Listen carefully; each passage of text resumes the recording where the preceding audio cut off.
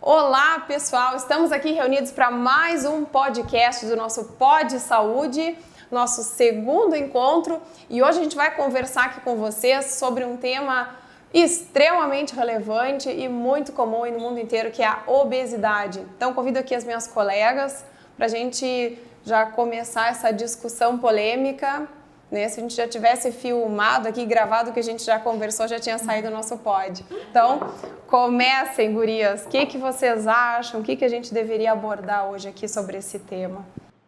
Eu acho que a obesidade está muito falada, tanto que a gente já ficou sabendo aqui pela Cíntia que nem pode mais falar que a pessoa não pode falar o termo obeso. É uma pessoa com obesidade, porque já está cercada de preconceito, de politicamente correto e está indo nessa linha. Exatamente, essa é uma nomenclatura que visa proteger, até amparar as pessoas que sofrem algum tipo de bullying ou mesmo realmente sofrem assim, com a doença, com o que enfrenta na sociedade, com as suas próprias limitações. Que é por tratar isso como uma doença, que é como ela tem que ser tratada, como essa pessoa tem que ser tratada como uma doença crônica, né? E eu acho que é bem importante dizer que não tem cura, né? A pessoa não deixa de ser obesa porque perdeu peso, ela deve continuar esse tratamento depois. Então eu acho que essa recidiva do aumento de peso está muito relacionado ao tipo de tratamento, porque tu trata o obeso, ele perdeu ali 30 quilos, 40 quilos, e acha que tá livre, que tá curado disso, mas não, né? E aí então vem essa recidiva. Então é tratar como uma doença crônica que não vai ter cura, que ele vai ter que seguir com esse acompanhamento depois. Pois é, Gabi, tu estava falando aqui pra gente sobre o metabolismo lento do paciente que tem essa tendência a ter obesidade. É por isso que tu tá dizendo que o paciente continua tendo obesidade, mesmo que ele emagreça? Nesse caso, não tanto. Nesse caso, é mais em função do número e memória da célula adiposa, sim, né? E principalmente pelo hábito, né? É difícil tu mudar um hábito. Então, se essa pessoa ela tem a obesidade, ela já vem de anos com isso. Ela já vem mudando hábitos alimentares há anos, que transformou ela numa pessoa com obesidade. Então, tu tratar isso em um curto período, em 1 ano, 2 anos, que eu considero bem curto, não tem como restabelecer um hábito novo de uma pessoa que viveu 30 anos se alimentando diferente. É que é uma condição, é que uma coisa é a gente falar também, tem que se entender que é uma condição, né? É uma condição que a pessoa vai ter que conviver para o resto da vida. É uma vigilância permanente. E é uma mudança de estilo de vida. Se aquela pessoa não tiver essa percepção, não vai adiantar. Porque a mente está muito ligada com isso. E está muito ligado só ao feio e ao bonito, né? Que hoje em dia, assim, o bonito é ser magro e o gordo é ser feio. Então, tem que levar que é o lado da saúde. Mas às vezes também tem obesidade infantil, que já vem do DNA, dos pais, pela genética ou epigenética, os hábitos que influenciam todo o mecanismo de uma criança, e daí é a vida toda. Então, tem que levar muito para esse lado, que é a saúde, porque fica difícil separar, né? Então aqui a gente está trazendo nessa conversa algumas... a gente já está abordando aqui uma obesidade que tem uma predisposição, às vezes, genética, existe alguma doença, a gente citou aqui antes uma doença comum que é o hipotireoidismo, né? Mas existem outras. Então, nessa condição, a gente aí não tem um culpado, né?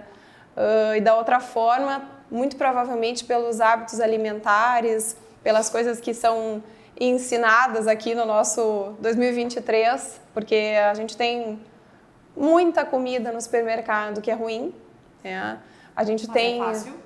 É de fácil acesso. E é palatável. Tudo que é ruim está de fácil acesso. Olha só, o que a gente tem hoje? O celular é tribom. Aí a gente baixa Netflix, baixa Paramount, baixa um monte de plataforma. A gente tem o iFood. A gente tem TV boa, baixa o iFood, chega a comida boa. Então assim, o convite ao sedentarismo, ele é inegável. A gente não diz não. Todo mundo aqui já perdeu horas vendo filme e mexendo no celular, então. 1 hora, 2 de Instagram. Isso traz a realidade, né? A nossa rotina, como é que a sociedade está funcionando, assim, só para em relação a números, tá? Em 2021 haviam 500 milhões de obesos no mundo, ou pessoas com obesidade. E a previsão para 2050, que é ali, tá? É que a gente tenha quase o triplo desse número. Então a gente vai ter 1 bilhão e 500 mil pessoas com obesidade. Então, assim, é um problema de saúde pública, é o maior problema de saúde Nos Estados pública. Unidos, né? Se tu vê filmagens antigas dos Estados Unidos, as pessoas eram magras, pessoas. E hoje é o fast food lá, e aí eles exportam para o mundo todo, né? Porque tá tudo muito voltado para essa coisa de consumo exagerado de tempo, as pessoas não querem mais perder tempo. Sim. Então compra, é muito fácil tu desempacotar uma comida, colocar no micro-ondas e comer. Tu não perde tempo descascando, cozinhando, Não precisa ir para os preparando. Estados Unidos. O Brasil é o país da América Latina mais sedentário. Que usa muito a imagem americana, né? Que lá 65% dos habitantes têm algum tipo de sobrepeso, né? Não necessariamente obesidade. No Brasil, 53% estão acima do peso.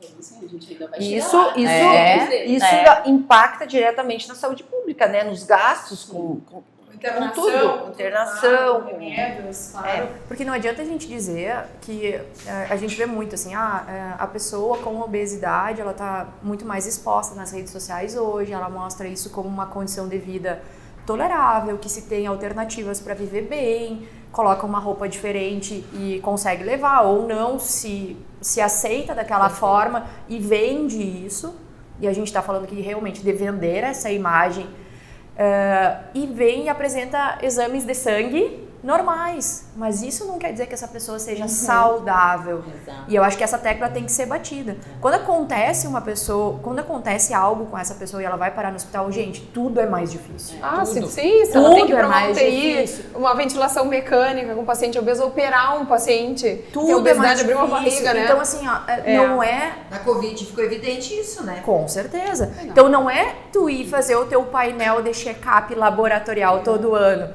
mostrar bonitinho, ganhar a estrelinha que tá Não tudo tem normal. colesterol elevado, não tem triglicerídeo, mas não é uma questão estética, é uma questão de saúde, na verdade de doença, porque a obesidade é uma doença. Então, que bom que tu se sente bem, que bom que a autoestima tá ok, porque isso vai ajudar no tratamento.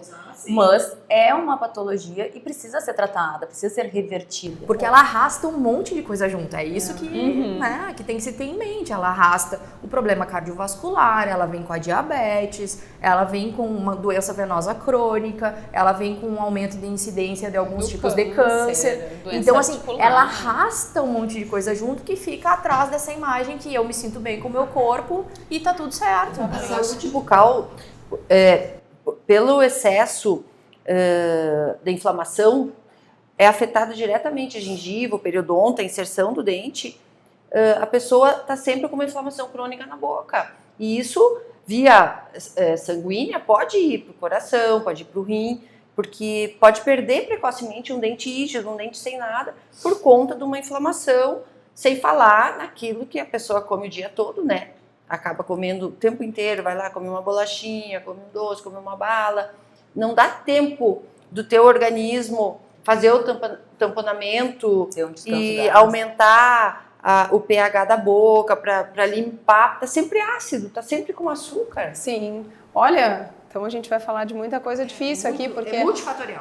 As pessoas que têm realmente esse aumento de peso têm uma incidência maior de infarto, de AVC. Então, o aumento de peso e a presença da obesidade estão diretamente relacionados ao aumento dessas estatísticas, que são das doenças que mais matam no mundo inteiro. E Cíntia, aí daí aproveitando ali que a Gipsy falou, que muitas vezes realmente o paciente é obeso, mas tem os marcadores sanguíneos dentro do aceitável. Isso, só eles, né? Exato, isso que eu queria que tu dissesse. E daí, então, o que isso, mesmo estando ali, colesterol ok, triglicerídeo ok, glicemia ok, o que isso ainda acomete? Qual é o risco que ainda vai trazer? Olha, eu vou te dizer assim, quando a gente tem aumento de peso, a gente tem, vou organizar uma questão educativa aqui, a gente tem mais células para a gente nutrir, tá? E quando a gente precisa disso, o nosso corpo cria mais extensão de vasos para levar esse sangue para todas essas células.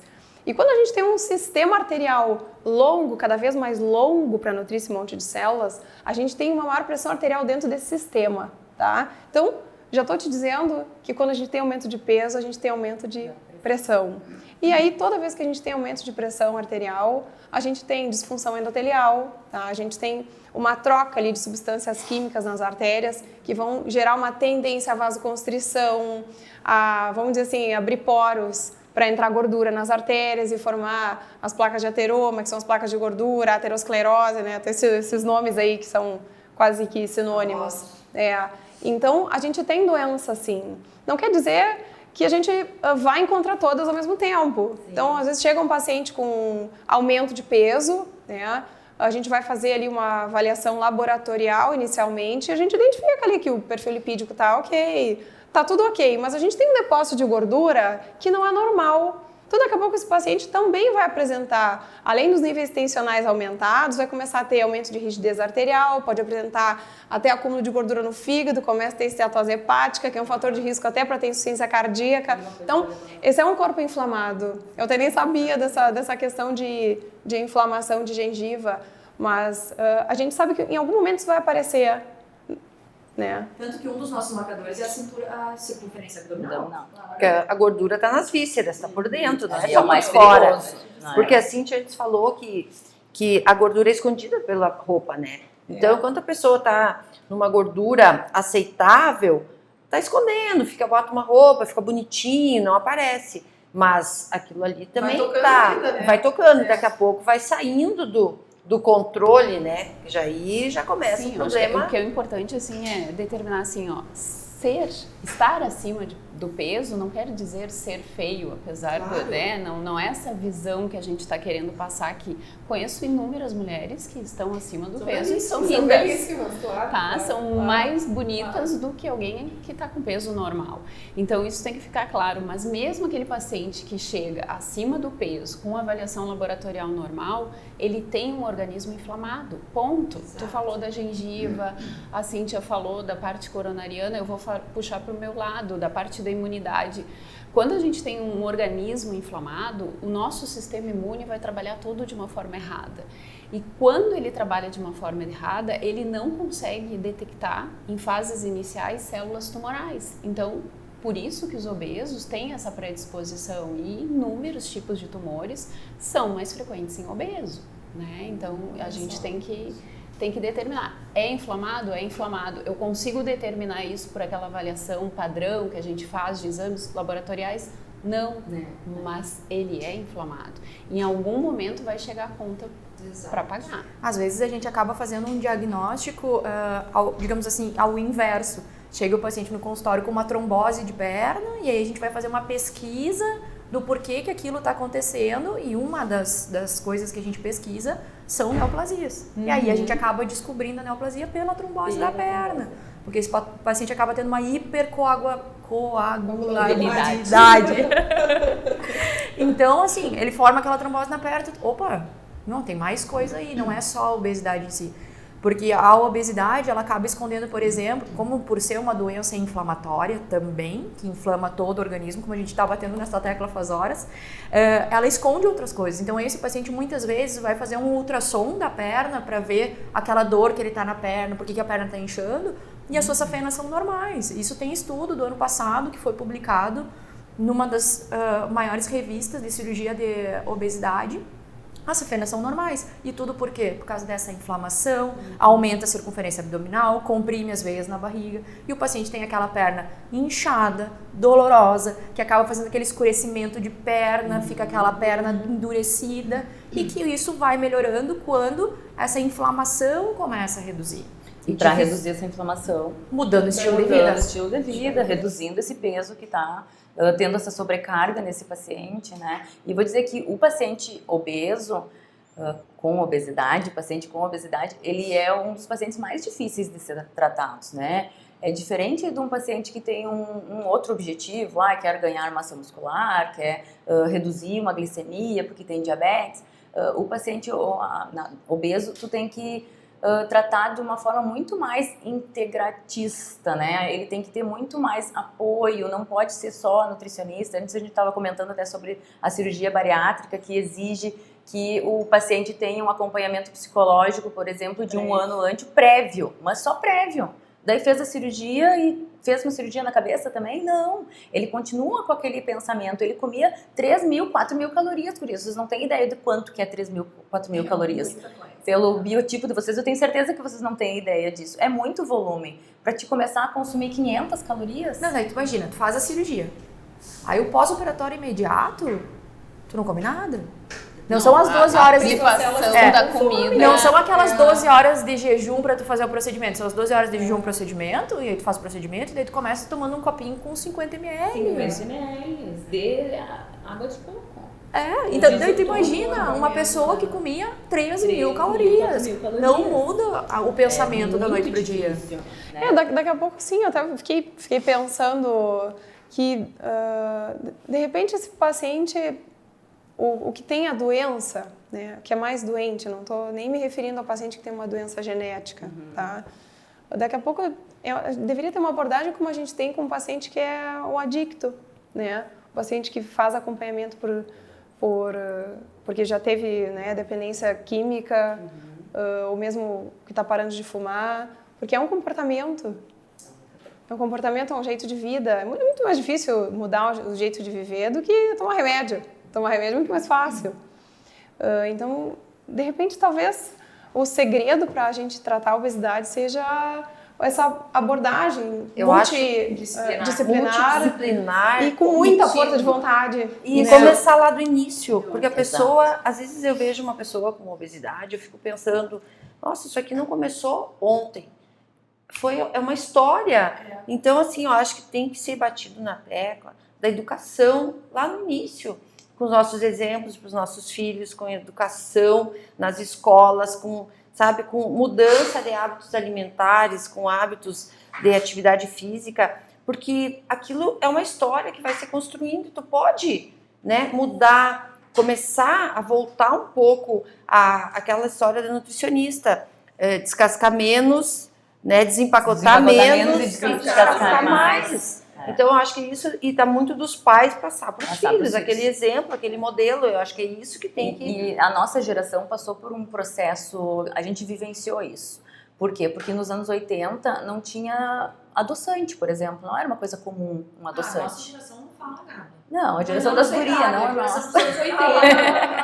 Dos anos 80 para cá, mudou muito, era muito caro, não se tinha acesso. Então, o paciente que tinha diabetes ou o paciente que tinha que ter uma restrição alimentar, ele simplesmente tinha que ter aquela restrição alimentar. E daí a gente passou pelo processo do boom industrial, que é o acesso aos alimentos sem o açúcar, com menos gordura, ficou muito fácil. Só que esses alimentos são todos industrializados. Então, antes, o que se fazia? Não podia comer açúcar, tomava-se o café sem o açúcar, tomava-se menos café, então eu tomava 3 cafés com açúcar, agora eu vou tomar 1 café com açúcar, mas continuava com o mesmo alimento. Agora se introduziu o alimento industrializado nisso e ficou muito na moda, então ficou muito exacerbado esse consumo, era legal barrinha de cereal era uma coisa super ótima de comer, fitness, e agora a gente já viu que não é tão saudável. Exatamente, não é um ótimo saudável. exemplo. Né? Não, porque se tu tivesse uma banana ali, umas castanhas, seria melhor. Mas isso não dura no armário, gente. Eu acho assim, tem os dois lados. Acho que sempre que tu precisa um alimento mais prático, ok. Mas quando é possível tu ter um alimento natural, tu troca. Deixa esse alimento industrializado para aquele que não tem opção mesmo. Uma barrinha de cereal é melhor do que tu comer uma bolacha recheada. Exato. Mas só comer uma barrinha de cereal, tu não vai ter os nutrientes, não vai ter qualidade de fibras ali. Não, mas a minha preocupação uma alimentação uma melhor. barrinha aberta dentro do meu...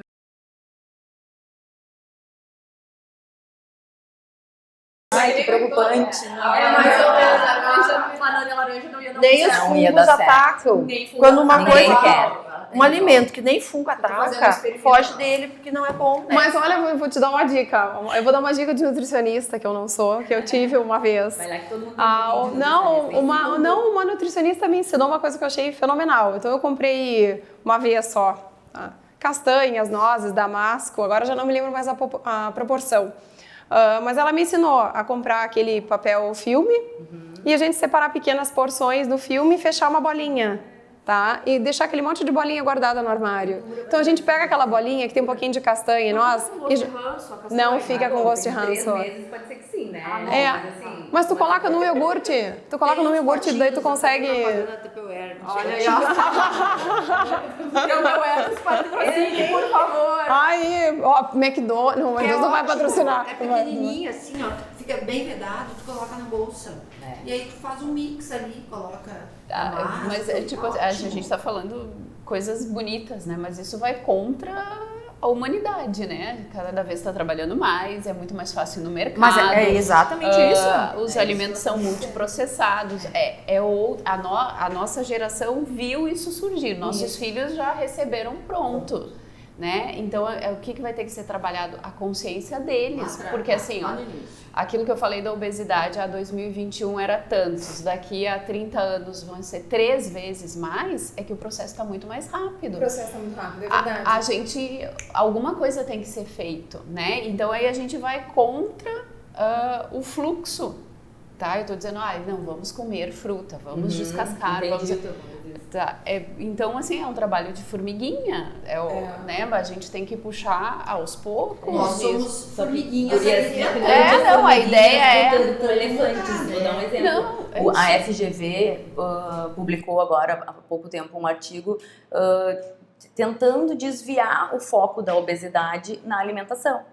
Só que muito se foi dito que isso foi patrocinado por uma indústria alimentar. Então, alguma grande indústria patrocinou esse estudo para desfocar de que não é o alimento que deixa a pessoa obesa. Não, é a falta de exercício. É falta de exercício, exatamente. Que tu pode comer o que tu quiser, desde que tu tenha um gasto energético maior. Achei que era o então.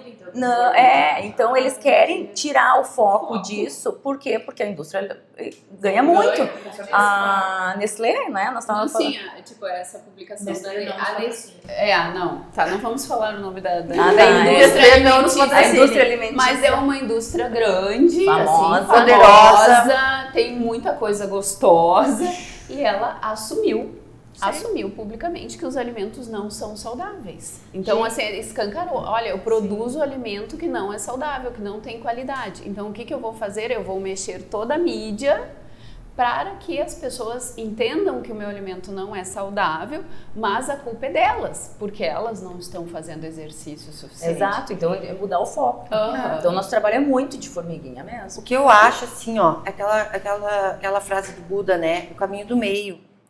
Que é ótimo tu comer um chocolate, é ótimo tu pegar um dia lá um fast food e comer um hambúrguer, é maravilhoso. E eu acho que a gente tem que fazer isso, porque ninguém quer ser escravo de nada, mas o caminho do meio, nada em excesso. Se um dia tu fizer um exagero, no outro dia tu se cuidar, tu melhorar a alimentação no outro dia, porque senão tu não consegue. Se tu chegar para uma pessoa e dizer assim, ó, tu tem que parar de comer fast food, a pessoa está acostumada a só comer aquilo, ela não vai conseguir. Agora, se ela for aos poucos, se ela tiver um equilíbrio, tudo na vida eu acho que é questão de equilíbrio. Se tu conseguir manter uma dieta equilibrada, ou saiu um pouquinho para o lado, no outro dia melhora, para tudo na tua vida, né? Para estética, por exemplo, agora puxando para o meu lado, né? Que a glicação quando é a degradação das proteínas pelos açúcares, porque eles se ligam nas proteínas e elas acabam não exercendo a sua função natural, mas a pessoa tem que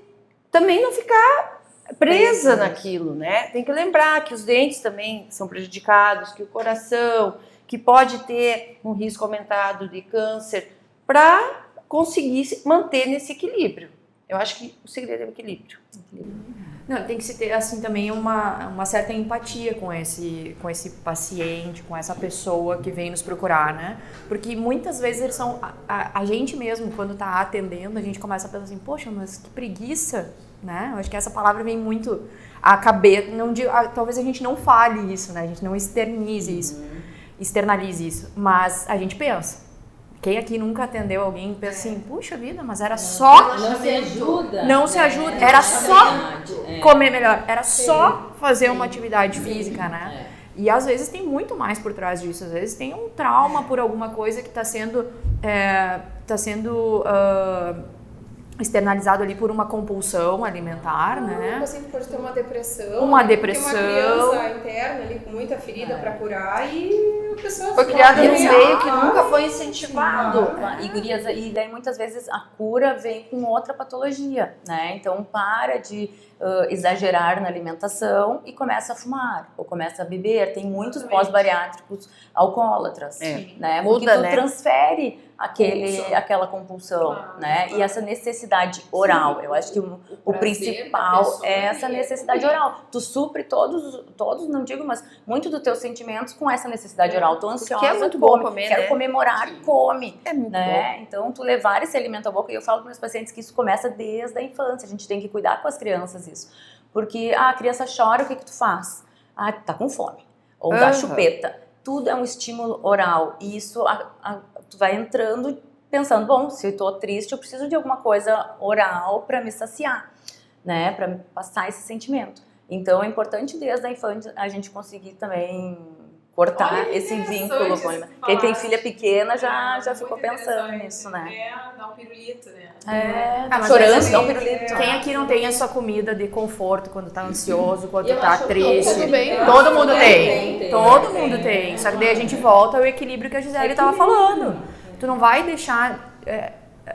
na minha vida isso é muito presente também. Tu não vai te deixar de ter aquele prazer instantâneo naquele momento pra te confortar, pra tu voltar ao teu estado zen, digamos assim, mas no outro dia é vida que segue. Tu volta à tua atividade física, tu volta a comer a tua salada, tu volta, né, a ter os hábitos normais.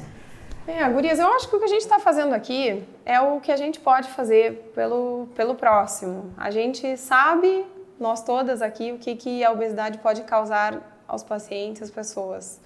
Então, o que a gente pode fazer é dividir esse conhecimento e trazer alguns alertas. Então, de que, na verdade, a gente aborda, nós aqui pelo menos, a obesidade não somente assim... aliás, eu nem penso na obesidade sobre o aspecto estético. E sim com os riscos que essa doença pode trazer para o paciente. Então, aqui a gente quer conversar e trazer consciência, né? A gente está querendo virar uma chave, acender uma luz na consciência das pessoas para que individualmente cada um consiga se olhar no espelho e refletir sobre os riscos individuais que aquela pessoa tem, olhar para o seu histórico familiar, olhar para o pai, para a mãe, reconhecer seus hábitos de vida que podem estar prejudicando ou criando alguma coisa que pode ser muito difícil de lidar lá na frente, né? Daqui a pouco infartar, fazer uma ponte de safena, amputar uma perna, né? O paciente obeso, ele pode até não ter, com obesidade, pode até não ter alguma coisa agora, mas se ele está na rua, ele se machuca, quebra uma perna, ele vai ter que passar por um processo de cicatrização de uma cirurgia de trauma. E vai ser tudo difícil, a cicatrização, vai ser osteomielite, entendeu? É tudo difícil. Então a gente está falando aqui realmente que isso é uma doença e que a gente deveria combatê-la do jeito certo. E não ficar propagando que a gente tem só que aceitar o nosso corpo do jeito que ele é, porque isso não é uma função estética. A gente não está falando aqui que tem que ter o corpo da Barbie. A gente só deveria buscar um estilo de vida um pouco mais saudável.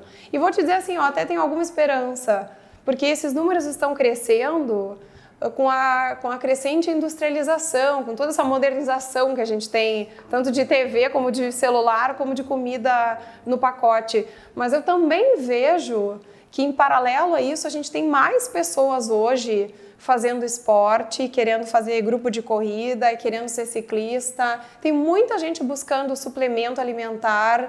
Eu entendo que a consulta com a nutricionista hoje ela é mais frequente do que antigamente.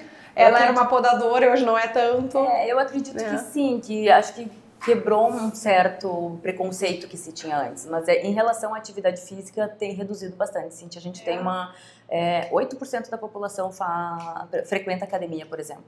Então, a gente vive numa bolha. Isso, né? A gente acha que tem bastante convívio porque são nichos. De repente, as pessoas mais próximas de nós realmente estão praticando mais atividade física. Mas a nível, esses 8% é a nível brasileiro. Claro. Então, é muito distante dessa realidade. E, ao mesmo tempo, dos anos 80 para cá, as pessoas davam, nos anos 80, 3 mil passos por dia. Hoje, 1.000. Ah, imagina. Então não é só não ir na academia, as pessoas também estão fazendo menos movimentos, não levanta para trocar de canal. Então isso tudo também fez aumentar a obesidade, com certeza. E eu acho que isso que é interessante que a Cíntia falou, que a gente está aqui no intuito de querer ajudar, porque pode dizer assim, o que uma dentista está falando, né, de obesidade, porque tudo impacta. Então, assim, a gente que atende pessoas, a gente que trabalha com o público e é da área da saúde, a gente pode ajudar sempre, a gente pode ter alguma coisa para falar para a pessoa, tecnicamente, que possa melhorar a qualidade de vida dela, que possa melhorar todo o seu organismo para tudo funcionar, né, de acordo para ela ter saúde, porque o nosso intuito, como tu falaste, não é pensar só na estética, que todo mundo quer tá bem, mas pensar na sua saúde, porque lá na frente vai vir a conta na mobilidade, no sono que não dorme direito, no problema cardiovascular, no câncer e por aí vai, né? No cansaço, comprometimento de articulações. Sabe que às vezes eu falo para os pacientes assim, tem gente que está às vezes 30 quilos acima do ideal, né? Aí eu digo assim, quanto pesa um botijão de gás? Cheio, 13 quilos, né? Então se tu colocares 2 botijões de gás nas suas costas e fizeres todas as tuas atividades... Quantos quilos pesa um botijão? 13 quilos. 13. Tá? Então se tu colocares 2 botijões numa mochila nas suas costas, eu quero ver tu circular dentro de casa, tu circular dentro do supermercado. Porque o coração, a força, o trabalho que o coração sobrecarrega. Criança agarrada nas tuas costas. 2 ou 3. Duas crianças. Então assim, não é muito. Pega um Pra saco de levantar. batata de 5 Não, quilos. eu ia dizer, vai Cíntia, pesar. tu foi bem, eu vou começar a usar esse teu exemplo porque eu sou muito sutil. Eu falo pra pegar um saco de 5 quilos de arroz no mercado e dar uma volta ali dentro. Depende Quando da tu pessoa, solta, né? não, mas independente, 5 quilos tu solta e já te E a dá uma força alívio. das pernas. Agora 2 botijões de gás, nossa. Claro, mas assim, olha o que eu... Isso não vai mas machucar é pura tua joelho, tuas verdade. costas. E a força das pernas Vai fazer perder isso na coluna. Pra Não tem levantar da como ter uma cama, pra postura, nada, levantar tudo da é pesado. cadeira. Tá, tu tá todo distribuído com aquilo ali. É verdade. É muito pesado. Não tem o aparelho osteomuscular que aguente isso sem fazer não uma tem. artrose, um desgaste. Não consegue amarrar o sapato. É passar exatamente isso, assim, obesidade não é uma coisa isolada, né? Obesidade vai cursar com hipertensão, com cardiopatia, com câncer, com doença dentária, gengival, e aí vai, gente. Então é uma coisa sistêmica. Precoce. Tudo. Né? Então é uma coisa sistêmica, a gente tem que pensar que é um contexto todo e a gente tem que agir em vários campos para tentar conscientizar as pessoas. 5%, 8% fazem atividade física, isso não é nada. A gente acha que os nossos amigos fazem e que isso representa 80%. Não, isso não é nada. Mas sabe a que eu gente falei vive numa bolha mesmo. Sabe o que eu falei isso? Porque eu acho que o perfil no consultório mudou um pouco. Eu tenho mais paciente me procurando para fazer a avaliação do coração para a prática de exercício físico. Isso é que eu acho que mudou. Não, e de repente vai ter uma tendência, tomara. É. Né? Quem sabe a gente tá caminhando mesmo por um... Antes era só o doente, né? Pra esse, Uma mudança. Pra essa Jovem. mudança. As pessoas estão procurando mais prevenção. Vejo a Carla falando muito de prevenção e não só do tratamento. Né? Então, de repente, Mas seja é muito uma pouco, mas tendência. é muito pouco Tomara, próximo vamos... É o que a gente está incentivando, né? A nossa ideia é incentivar a prevenção. Então, essa nossa reunião e essas nossas informações é justamente para isso, para as pessoas conseguirem prevenir outras coisas. Às vezes a pessoa já tem obesidade, mas não tem outras patologias. Então, vamos prevenir essas outras patologias que a gente comentou aqui. Gurias, então, olha só, já vamos deixar linkado aqui o nosso tema da nossa próxima reunião. A gente vai conversar aqui sobre alguns tipos de dieta. Algumas dietas que são realmente efetivas, outras que são da moda, que são bobagens, exatamente. E outras que funcionam muito bem também. Exatamente. Vamos conversar o que estaria indicado para cada caso, né? Então, é isso aí. Mais um pod feito, gurias. Muito obrigada pela presença de todas.